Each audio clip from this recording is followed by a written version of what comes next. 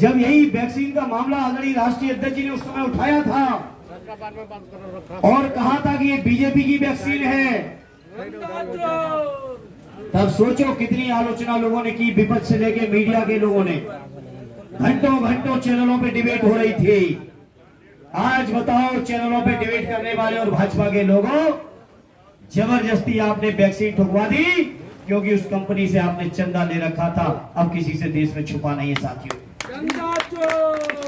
और चंदे के चक्कर में आपने ये भी चिंता नहीं की कितने परिवारों के दीपक बुझ जाएंगे।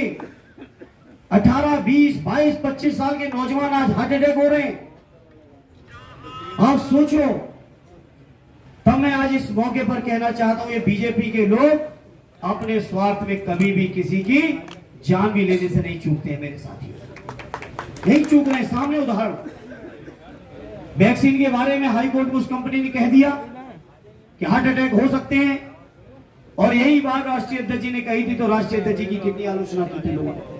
सोचो मेरे साथियों, मुद्दे बहुत गंभीर हैं, देश के सामने गंभीर चुनौती है, और ये मान के चलना मेरे भाइयों, अगर बीजेपी को इस चुनाव में नहीं हटा दिया तो फिर देश के अंदर कौन सी व्यवस्था होगी, इस बात का अंदाज हम और आप लगा नहीं सकते। बड़ी बात नहीं, गुलामी के रास्ते में ले जाए। हमारे आसपास के देशों के उदाहरण हैं जिन देशों में तानाशाही चल रही है। हमारे देश के प्रधानमंत्री बहुत दौरे करते हैं उन देशों के, और उसी तरह की व्यवस्था हमारे हिंदुस्तान में बनाना चाहते हैं, और व्यवस्था बनाना चाहते हैं। इसीलिए बीजेपी वाले कह रहे थे अब की बार 400 पार। 400 पार क्यों चाहिए? क्योंकि संविधान में परिवर्तन के लिए, संविधान की बुनियाद को खत्म करने के लिए 2/3 से ज्यादा बहुमत की जरूरत है।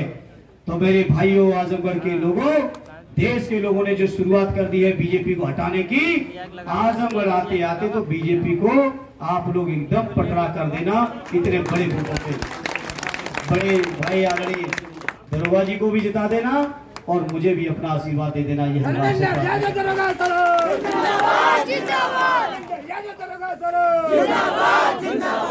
और जब जीत के जाएंगे हम लोग तो दिल्ली में आदरणीय अखिलेश यादव जी के हाथों को मजबूत करेंगे, और माननीय अखिलेश यादव जी के हाथों को इतना मजबूत कर दो कि जब आदरणीय अखिलेश यादव जी दिल्ली की तरफ चले तो दिल्ली पे फिर उन्हीं की धमक दिखाई दे, किसी दूसरे की धमक न दिखाई।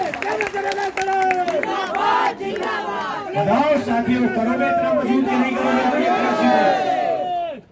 करोगे मजबूत कि नहीं करोगे? इतना मजबूत कर दो कि माननीय अखिलेश जी की कलम में, उनके हाथों में इतनी ताकत आ जाए कि हमारे गरीब किसानों का कर्ज पूरी तरह से माफ करा दें। इतनी ताकत है। ये 16 लाख करोड़ जो धन्ना सेठों का माफ हुआ है, अगर इसका 1/10% भी, 1/10 अगर केवल माफ हो जाए तो हमारा किसान एक भी कर्जदार देश में नहीं बचेगा साथियों। यही बीजेपी वाले भाषण दिए थे कि किसानों की आमदनी दूनी करेंगे। सोचो, दिल्ली और आसपास करीब 700 किसानों की जानें चली गई, लेकिन आज तक न्यूनतम समर्थन मूल्य का कानून देश की सरकार ने नहीं बनाया। मेरे भाई सोचो कैसी सरकार है। भाषण देते थे 2 करोड़ रोजगार हर साल।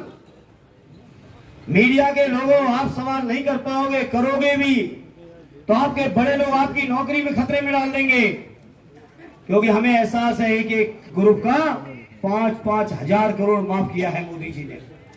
एक मीडिया ग्रुप का 5-5 हजार करोड़ माफ किया है साथियों। इसलिए मैं आज इस मौके पर कहना चाहता हूं, बीजेपी के लोग बहुत लंबी भाषण देते हैं और गरीब भाइयों को कहते हैं हमने 80 करोड़ लोगों को अनाज दे रहे हैं। अनाज तो पुरानी मनमोहन सिंह जी की सरकार भी दे रही थी, क्या नहीं दे रही थी? दे रही थी। लेकिन सोचो, हमने दूसरी बात कही, हालांकि मीडिया के लोग नहीं कहेंगे।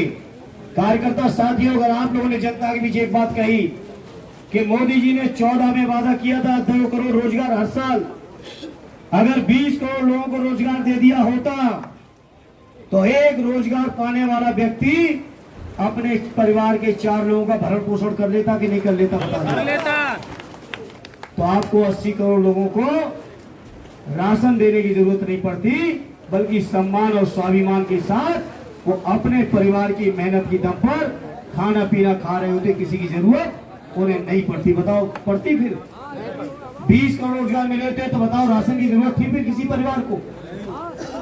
लेकिन रोजगार नहीं दे पाए, रोजगार नहीं दिए, तब राशन के नाम पे वोट मांग रहे हो। लेकिन आपको अंदाज नहीं है, ये गरीब लोग जब इनकी हाल होगे तो बीजेपी के लोगों फिर आपका भी संविधान खत्म हो गया। ये जो मीडिया के साथी बीजेपी को बहुत निभाते हैं, मैंने तो कई मौकों पे कहा है, अभी चौथा स्तंभ बचे हो, अगर संविधान खत्म हो गया तो आपका भी स्तंभ फिर पता नहीं चलेगा। इसलिए समझ जाओ अभी भी, और बीजेपी की गलत चीजों को दिखाना और सच्चाई जनता को बताना शुरू कर दो साथी। आप सोचो हम लोगों के खिलाफ कितने षड्यंत्र, जब यही